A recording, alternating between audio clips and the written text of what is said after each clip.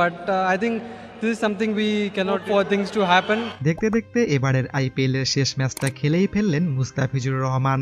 মুস্তাফিজ যেন চেন্নাইয়ের আক্ষেপ আরও কিছুটা বাড়িয়ে দিয়ে গেলেন। শেষ ম্যাচে মুস্তাফিজ যে এত সুন্দর বোলিং করবে সেটা হয়তো কেউ ভাবতেই পারেনি। প্রথম ওভারটায় দুর্দান্ত বোলিং করেছেন মুস্তাফিজ। প্রথম ওভারে দিয়েছেন মাত্র 3 রান। এরপর দ্বিতীয় ওভারে প্রথম 4টি বল দুর্দান্ত ডেলিভারি দিলে শেষ 2 বলে 2টি 4 খেয়ে এই ওভারে খরচ করেন 10 রান। তবে তৃতীয় ওভার কি বোলিংটাই না করলেন মুস্তাফিজুর। এই ওভারে দিলেন মেইডেন। আইপিএলেও মুস্তাফিজের প্রথম মেইডেন ওভার এটি। ঋতুরাজ গায়কোয়াড় ছিলেন এ সময় ভীষণ খুশি। ফিজকে আর অপেক্ষা করাননি।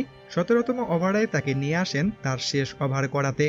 আর শেষ ওভারে মুস্তাফিজ খরচ করেন 9 রান। উইকেট না পেলেও দলীয় সকল বোলারদের থেকে ভালো করেছেন মুস্তাফিজ। খরচ করেছেন 4 ওভারে 22 রান। ম্যাচ শেষে গায়কোয়াড় বলেন, আমরা ফিজের জন্যই ফটো